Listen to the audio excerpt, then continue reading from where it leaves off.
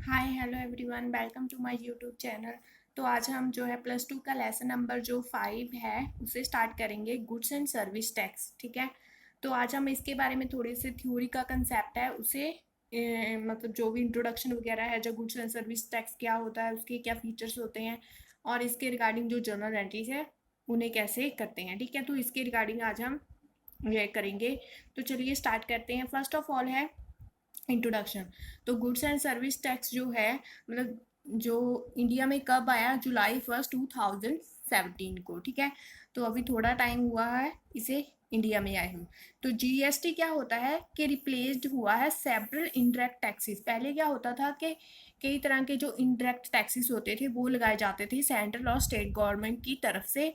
ठीक है। जैसे कि एक्साइज ड्यूटी हो गया, कस्टम ड्यूटी हो गया, सेल्स टैक्स हो गया, सर्विस टैक्स हो गया। जो डिफरेंट डिफरेंट जो थे इनडायरेक्ट टैक्सेस लगाए जाते थे। तो अब क्या हो गया कि जीएसटी के आने से इन सभी टैक्सेस को हटाकर रिप्लेस करके एक मतलब जो है टैक्स लगा दिया गया है, GST, goods and service tax. तो वो हो गया। तीसरा, governing body of GST in India क्या है, जीएसटी काउंसिल। ठीक है। तो मीनिंग है गुड्स एंड सर्विस टैक्स क्या हो गया कि refers to that tax which is levied at the prescribed rate. मतलब इसमें जो रेट है वो फिक्स्ड किए गए हैं। जैसे कि हो गया 5% है, इसमें 12% है, 18% है और 28%। तो ये जो है रेट्स हैं जो वो फिक्स्ड किए गए हैं जीएसटी में। Different different goods and services पर जो रेट लगाए जाते हैं। ठीक है। तो इसमें क्या है कि और सभी तरह की जो गुड्स एंड सर्विसेज है, कुछ थिंग्स को छोड़कर या सर्विसेज को छोड़कर बाकी जो सभी गुड्स एंड सर्विसेज है उन पर जो जीएसटी लगाया जाता है, एक्सेप्ट किन्हें छोड़कर petroleum and alcohol for human consumption को छोड़कर बाकी की जो गुड्स एंड सर्विसेज है जहाँ और कई थोड़ी सी और गुड्स एंड सर्विसेज है जिन पर जो जीएसटी नहीं लगाया जाता। ठीक है। तो ये हो गया गुड्स एंड सर्विस टैक्स। तो और इसमें क्या है कि इसमें क्या होता है कि ये एक वैल्यू एडेड टैक्स हो गया है। ठीक है। जो आगे हम जो नेक्स्ट इसका फीचर करेंगे उसमें हम अच्छे से इसे क्लियर कर लेंगे कि वैल्यू एडेड टैक्स क्या होता है। तो ये मतलब जो इंक्रीमेंटल वैल्यू ऑफ गुड्स होती है उन पर लगाया जाता है जीएसटी जो होता है। तो इसमें क्या होता है कि जब जीएसटी जो है वो पे किया जाता है, पेड किया जाता है, तो उसे क्या बोलते हैं, इनपुट जीएसटी। ठीक है। और जब जे कलेक्ट किया जाता है जीएसटी कलेक्टर, तो उसे क्या बोलते हैं, आउटपुट जीएसटी। ठीक है। तो इस तरह से होता है कि मतलब जब हम जीएसटी पेड करते हैं और जीएसटी कलेक्ट करते हैं तो इन दोनों में सेट ऑफ किया जाता है। और उसके रिगार्डिंग है जो जीएसटी को गवर्नमेंट के रिगार्डिंग जो भी उन्हें उन्हें पे किया जाता है गवर्नमेंट को। ठीक है। तो आगे जो हम इसमें जो पॉइंट करेंगे उसमें से अच्छे से क्लियर हो जाएगा कि सेट ऑफ क्या होता है। ठीक है। तो चलिए आगे स्टार्ट करते हैं, characteristics of goods and service tax. तो इसमें क्या है, first of point, GST is a value added tax.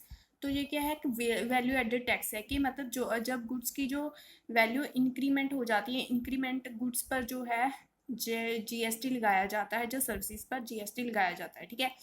तो इसे दैट इज बाय इसे क्या बोला जाता है, GST paid is set off against GST collector. मतलब जब हम जीएसटी पेड करते हैं तो उसे सेट ऑफ करते हैं अगेंस्ट जीएसटी कलेक्टेड के साथ। फॉर एग्जाम्पल, जैसे मैं फॉर एग्जाम्पल से इस एग्जाम्पल की हेल्प से समझाती हूँ तो अच्छे से समझा जाएगा। ठीक है। जैसे हमने first of all suppose goods जो है परचेज की 1 लाख की, गुड्स परचेज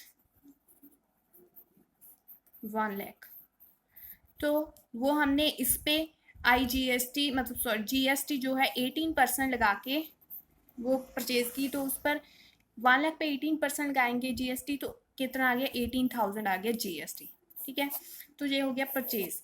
जब हम इन गुड्स को जब हमने सेल किया, सोल्ड किया, तो कितने में किया, 1,50,000 में। ठीक है। तो जब हमने सेल किया तो उस पर जो जीएसटी कलेक्ट किया हमने वो भी 18% हो गया, 18/100, तो कितना आ गया, 27,000 आ गया। ठीक है। तो ये हो गया जो हमने जब परचेज किया, जब जीएसटी पेड किया, तो ये क्या हो गया, जीएसटी इनपुट। जब पे करते हैं किसी गुड्स एंड सर्विसेज पर उसे बोलते हैं जीएसटी इनपुट। और जब सेल के टाइम कलेक्ट करते हैं जो जीएसटी, उसे क्या बोलते हैं, आउटपुट जीएसटी। ठीक है। तो ये हो गया आउटपुट, ये हो गया इनपुट। तो अब क्या है, कि मतलब जो हमने जो अब जो हो गया 27,000 हो गया, सोल्ड के टाइम पर हमने कलेक्ट किया, लेकिन परचेज के टाइम पर हमने कितना पे किया था 18,000 का। तो अब दोनों का जो डिफरेंस है वो कितना है 9,000। तो ये अब 9,000 है जो गवर्नमेंट को पे किया जाएगा, ठीक है। तो गवर्नमेंट अकाउंट में जो फिक्स्ड मतलब जो भी डिपॉजिट करवाया जाएगा, तो ये रिस्पॉन्सिबिलिटी किसकी हो जाएगी, जो सेलर मतलब जो सेल करता है उसने जीएसटी कलेक्ट किया 27,000, उसमें से उसने जो पहले 18,000 का पे कर दिया वो माइनस हो गया, तो उसके बाद एक्सेस कितना बचा वो जाएगा गवर्नमेंट को। तो इस तरह से जो है जीएसटी सेट ऑफ किया जाता है कि GST paid at the time of purchase और set off against collected as the GST, ठीक है। तो आई होप कि आपको एग्जाम्पल से अच्छे से समझाया होगा। तो 9,000 था जो गवर्नमेंट को सबमिट करवा दिया, तो क्या हो गया कि जो वैल्यू एडेड टैक्स क्या हो गया कि मतलब जो जहां पर हमने 1 लाख की गुड्स परचेज की थी, जहां पर 1,50,000 हो गया, ठीक है। तो 50,000 मतलब जो इंक्रीज वैल्यू 50,000, उस पर जो हम जो 18% लगाएंगे 9,000 आया, तो इस पर जो इंक्रीमेंटल वैल्यू मतलब जो वैल्यू जितनी इंक्रीज हुई उस पर जो हमने टैक्स 18% लगाया, तो वो जो टैक्स था वो हमने गवर्नमेंट को पे किया, ठीक है। तो इंक्रीमेंटल वैल्यू पर जो टैक्स लगाया जाता है उसे मतलब बोलते हैं ऐसे जीएसटी से वैल्यू एडेड टैक्स। तो आप इससे इस पॉइंट से जो है वैल्यू एडेड टैक्स को आपको समझ आ गया होगा, और जो सेट ऑफ का जो कंसेप्ट था वो भी आपको क्लियर हो गया होगा, ठीक है। तो आगे है नेक्स्ट पॉइंट इसमें, GST is an indirect tax. जैसे मैंने पहले बोला कि जो एक इनडायरेक्ट टैक्स है जो उसकी तरह ही है। जैसे इनडायरेक्ट टैक्स क्या होता है कि जिसका बर्डन हम दूसरे पर्सन पर डाल सकते हैं। जैसे कोई सेल्स पर्सन है तो अपना जो उसने जो जीएसटी देना होता है, तो वो मतलब किससे कलेक्ट करता है, कस्टमर से। तो अपने कस्टमर पर वो बर्डन डाल देता है, ठीक है। तो उससे वो जीएसटी कलेक्ट करता है, तो उसे क्या बोलते हैं, इनडायरेक्ट टैक्स। तो डायरेक्ट टैक्स क्या होता है कि मतलब जब हम जो अपने इनकम टैक्स होता है, हमें अपने इनकम का टैक्स जो है खुद ही पे करना पड़ता है, उसका बर्डन हम किसी और पर नहीं डाल सकते, ठीक है। तो वो हो गया डायरेक्ट टैक्स। तो ये हो गया इनडायरेक्ट टैक्स। ओके। तो पहले जो डिफरेंट डिफरेंट टाइप्स के जो इनडायरेक्ट टैक्स लगाए जाते थे, लेकिन अब उनकी जगह पर रिप्लेस होकर एक ही जीएसटी का टैक्स है वो लगाया जाता है, ठीक है। ओके। तो नेक्स्ट है इसमें यूनिफॉर्म रेट। यूनिफॉर्म रेट मतलब जो इसमें जो रेट्स स्पेसिफाइड किए हैं 5%, 12%, 18% और 28%, वो सभी रेट्स है जो डिफरेंट डिफरेंट थिंग्स और गुड्स और सर्विसेज के लिए मतलब फिक्स्ड किए गए हैं। वो सभी स्टेट्स और जो यूनियन टेरिटरीज ऑफ इंडिया में है वो सेम रहेंगे, चाहे कोई भी स्टेट हो, हरियाणा हो, पंजाब हो, लेकिन जो रेट फिक्स किया गया है उस गुड्स पर वही रेट लगेगा। जैसे कि सीमेंट पर 18% का जो है जीएसटी फिक्स किया हुआ है, तो वो चाहे कोई भी स्टेट हो वहाँ पर जो जीएसटी है सीमेंट पर 18% का ही लगेगा, ठीक है। तो यूनिफॉर्म रेट हो गया इस तरह से। तो GST paid is not cost, कि मतलब हम जो जीएसटी पेड करते हैं eight the time of purchase, तो वो क्या हमारे लिए कॉस्ट नहीं होता, ठीक है। वो हमारे लिए क्या होता है, एसेट होता है। जैसे कि हम बिकॉज जैसे कि हम उसे सेट ऑफ कर लेते हैं, जब हम जीएसटी पेड करते हैं तो उसे हम सेट ऑफ कर लेते हैं जीएसटी कलेक्टेड के साथ, जैसे मैंने इस एग्जाम्पल में समझाया था। तो वो हमारे लिए क्या हो गया, एसेट हो जाता है।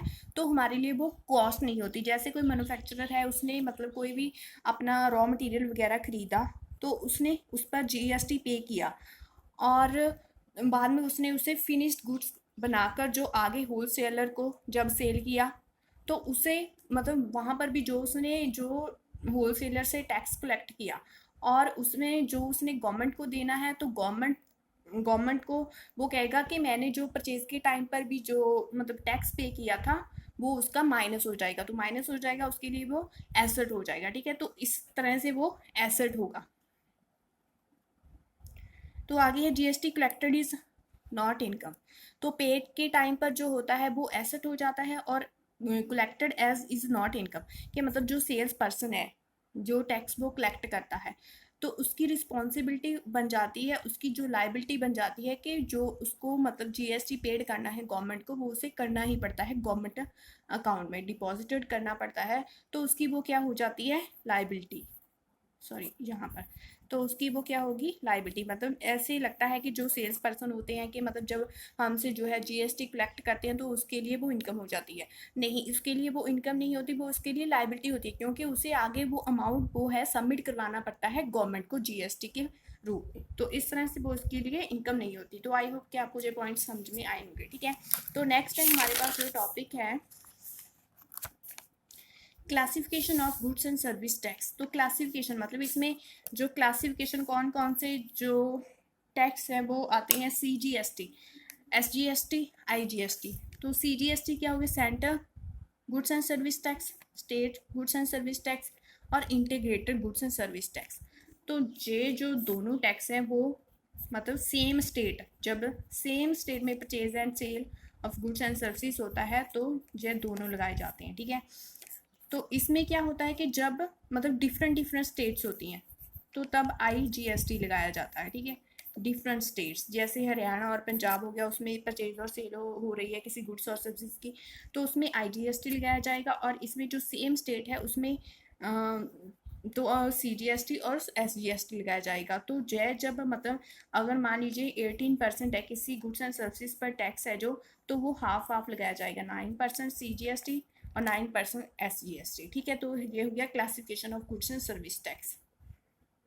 ओके तो नेक्स्ट है इसमें जो अकाउंटिंग प्रोसीजर और अकाउंटिंग एंट्रीज, ठीक है। तो आपके लिए ये इंपॉर्टेंट है, आगे जो न्यूमेरिकल है इन्हीं पर बेस है, ठीक है। तो अकाउंटिंग प्रोसीजर में फर्स्ट ऑफ ऑल देख लेते हैं for purchase of goods in same state, मतलब जो सेम स्टेट के रिगार्डिंग जो एंट्रीज हैं उसमें हम क्या करेंगे, परचेजेस अकाउंट डेबिट। तो नॉर्मल क्या एंट्री होती है, purchases account debit to bank और क्रेडिटर्स अकाउंट। तो यहाँ पर जो टैक्स के रिगार्डिंग है तो यहाँ पर सेम स्टेट है तो इसमें आ जाएगा input CGST account debit, input SGST account debit to bank creditors account. तो परचेजेस पेड के टाइम है तो हमारे लिए वो क्या हो गया, एसेट हो गया, जो टैक्स वगैरह हमने पे किया पेड के टाइम पर, तो एसेट्स को क्या करते हैं, डेबिट। जब परचेजेस के साथ जो मतलब गुड्स है, गुड्स के साथ जो टैक्स है उससे डेबिट करेंगे, ठीक है। टू बैंक क्रेडिटर्स अकाउंट आ गया। आगे नेक्स्ट है for purchase of fixed assets. तो फिक्स्ड एसेट्स में सेम एंट्री आ जाएगी, fixed assets account debit, input CGST account debit, input SGST account debit to bank vendors account. For purchase return में जो परचेज की एंट्री है वो रिवर्स हो जाएगी, ठीक है। तो जहाँ पर आ जाएगा creditors account debit to purchase return account to input CGST to input SGST। Okay तो नेक्स्ट है फॉर सेल ऑफ गुड्स। तो परचेज के रिटर्न पर जो परचेज के टाइम पर था तो यहाँ पर इनपुट लिखना था क्योंकि ये इनपुट मतलब GST है, ठीक है। तो यहाँ पर जब सेल करते हैं हम, जब सब जो कलेक्ट करते हैं टैक्स, तो यहाँ पर हो गया bank debtors account debit to sales account to output. तो अब यहाँ पर सेल्स के टाइम पर क्या लिखना है, to output CGST to output SGST। तो यहाँ पर सेल्स के टाइम पर जो कलेक्ट किया वो हमारे लिए क्या हो गया, लाइबिलिटी, क्योंकि हमें आगे गवर्नमेंट को सबमिट करवाना पड़ता है। लाइबिलिटी होगी तो लाइबिलिटी को हम क्या करेंगे, क्रेडिट। फॉर सेल्स रिटर्न में भी रिवर्स एंट्री आ जाएगी सेल्स की, sales return account debit output CGST account debit output CGST account debit to debtors account.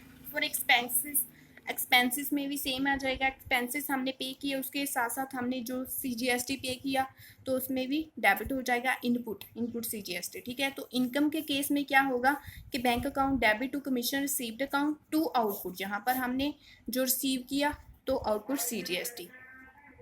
Okay तो नेक्स्ट है outside the state. Outside the state मतलब जब डिफरेंट स्टेट्स में ट्रांजेक्शन्स होंगी या परचेज ऑफ गुड्स होगी, ठीक है। तो यहाँ पर हम क्या करेंगे, परचेज अकाउंट डेबिट, तो यहाँ पर हम एक ही IGST अकाउंट डेबिट करेंगे, ठीक है। तो यहाँ पर हमने 2 करे थे CGST और SGST, लेकिन यहाँ पर सिर्फ IGST करना है, account debit to bank creditors account.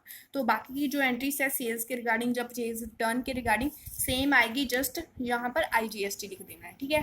तो आई होप कि आपको जो समझ में आया होगा। वीडियो हेल्पफुल लगी हो तो वीडियो को लाइक कीजिए, शेयर कीजिए और मेरे चैनल को सब्सक्राइब कीजिए। Thank you so much.